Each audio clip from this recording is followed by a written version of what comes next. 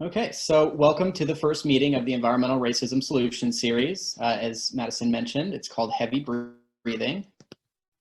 I introduced myself earlier, but my name is Zach Kalinowski. I'm a student with the WashU Law Interdisciplinary Environmental Clinic, and I'm here to talk with you about air pollution. But more specifically, I'm here to talk with you about the disparate impact of air pollution on the Black community here in St. Louis. But before I really launch into that, I'd like to just start off with a poll. So I just want you to let me know where you think St. Louis ranks on this list in terms of air pollution, one being the most polluted, four being the least. So I'll give you a little while to rank that. Okay. Yeah, so you're pretty good. It is actually second. The only city on that list that's more polluted than St. Louis is actually Las Vegas. So St. Louis actually has worse air quality than San Francisco and New York, which are both obviously much larger metropolitan areas with much more traffic. Yet the air that we breathe here in St. Louis is actually worse for us.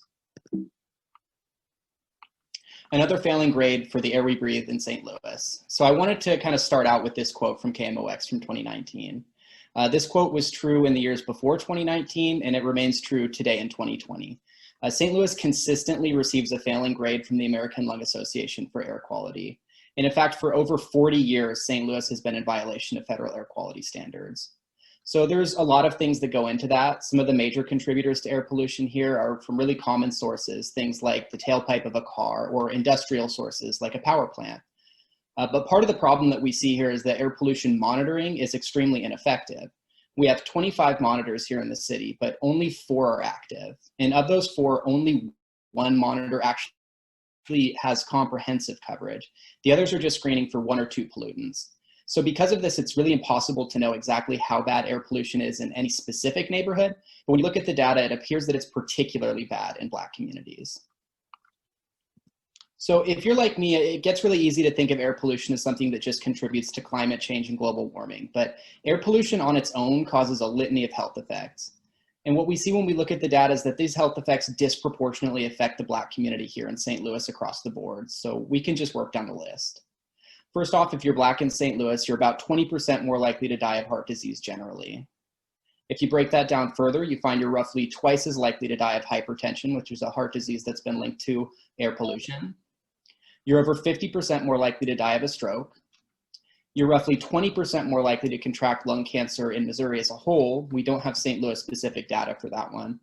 And asthma, particularly childhood asthma, is probably the most egregious statistic that you're going to hear about today, but I'll leave that to Ugbad because that's her topic. There have also been nearly twice as many deaths from COVID-19 in the Black community as opposed to the white community here in St. Louis. So again, we're kind of missing the smoking gun that shows causation. This could be all just a coincidence. Someone could tell you that, but when you look at all the contributing factors, it really appears that air pollution is exacerbating health effects that are already being inflamed by other racial disparities. So this brings us to what I call the setup. St. Louis is one of the most racially segregated cities in the United States. This comes from a lot of places. It comes from redlining, it comes from racist zoning laws, it comes from racially restrictive covenants between private citizens. But the effect of that is that it's herded Black St. Louis residents into certain parts of North and South St. Louis. Then in the 1970s, we had the RAND and the Team 4 reports, and these basically said that these areas are not worthy of investment, that any money that you put into these areas is just going to be wasted and thrown away. And while some politicians decried the report at the time, ultimately that's the policy that's been put into place. And the problem is when you take away a neighborhood's economic power, you're also taking away a great deal of its political power. So what we've seen since is that these neighborhoods are more likely to sit along major highways and interstates. We see that they're more likely to have building demolitions that spew toxic dust into the air that can contain lead and asbestos. And we've seen that they're much more likely to have polluters within them. So to illustrate these blue dots, which are polluters within these majority Black areas, I think that you can kind of look at a recent lawsuit that was filed by one of our partners here, the Dutchtown South Community Corporation. They partnered with the NAACP to file a lawsuit against the Missouri Department of Natural Resources, claiming that they violated the Civil Rights Act by not implementing a program that would ensure compliance with anti-discrimination laws. So allegedly, this resulted in permits being issued for polluters that have a discriminatory and disparate impact on the Black community. So as you look at these two maps, I want you to note 2 areas. I want you to note this kind of speckled area that represents majority Black neighborhoods between I-64 and I-70 on the right-hand map. And on the left-hand map, I want you to note this cluster of polluters along the banks of the Mississippi, just north of downtown. Now, St. Louis is not just polluted from local sources. St. Louis, like most of Missouri, is powered by coal. Burning coal releases several toxic chemicals and particles into the air. Two of these main pollutants are sulfur dioxide and particulate matter. They also emit some nitrous oxide, which causes a type of pollution that's very common in St. Louis. And these pollutants don't just sit around these power plants, but are carried for miles and miles with the wind. Our local power producer, Ameren, has been trying to avoid taking precautions to limit this pollution for years. In fact, their Labadie plant, which is one of the plants close to St. Louis here, is the largest coal plant in the United States to not have modern pollution controls for sulfur dioxide. And we found recently that Ameren did not seek proper review for emission increasing improvements on their Rush Island plant south of St. Louis. This review likely would have required them to install pollution controls. Now, fortunately, in 2019, the court ordered Ameren to install pollution controls on both of these plants. A big part of that finding was that the court found that about 800 premature deaths were linked to the increased emissions due to these improvements. But unfortunately, this decision is still in appeal, so there's a chance it could still be thrown out. Now, these plants themselves are not necessarily examples of environmental racism, right? They sit in mostly white areas, mostly white towns. The emissions from these plants are probably mostly sitting in these white areas.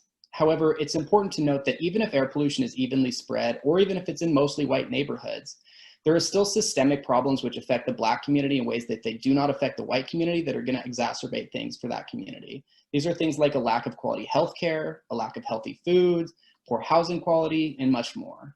So when you look at this map, you can really just kind of see how surrounded St. Louis is by these plants that are polluting our area.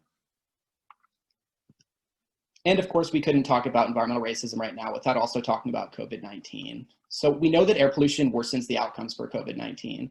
We've seen studies from Harvard and several studies from Europe, which show that even slight increases in air pollution can have dramatic results on COVID-19 mortality and severity. There are even indications that air pollution can increase viral transmission, not just severity, meaning if you live in a more polluted neighborhood, you may be more likely to catch a virus like the coronavirus, not just that it's going to be a severe case if you do catch it. And all of those health effects that we walked through earlier that are worsened by air pollution are also comorbidities for COVID-19. So if you're affected by one or more of those, you're more likely to have a severe case of COVID-19 or even die if you catch it. So what did this all look like in the real world? Well, first, those majority Black neighborhoods with that cluster of polluters along the Mississippi, they sit in the zip code that has the highest rate of COVID-19 in the entire city.